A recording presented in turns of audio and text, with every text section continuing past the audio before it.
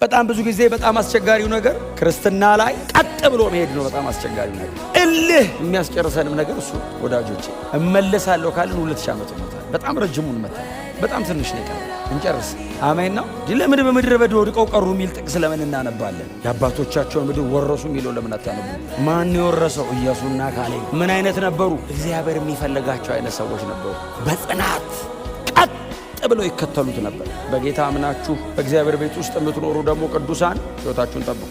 ዳግም መመለሱን ጥንቅቅ ብለን መጠበቅ ያለብን፣ ተዘጋጅተን መጠበቅ ያለብን። እንግዳ ሆናችሁ የመጣችሁ ሰዎች ካላችሁ ይሄ ሰማይና ምድር ተጠቅልሎ ያልፋል። ይሄ የተሸከምነው ስጋም አርጅቶ ይወድቃል።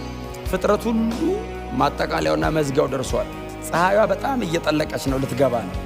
በሙሉ ነገሮች ወደ መጨረሻ እንደሚወስዱ ምልክት እየሰጡ እየተናገሩ ነው።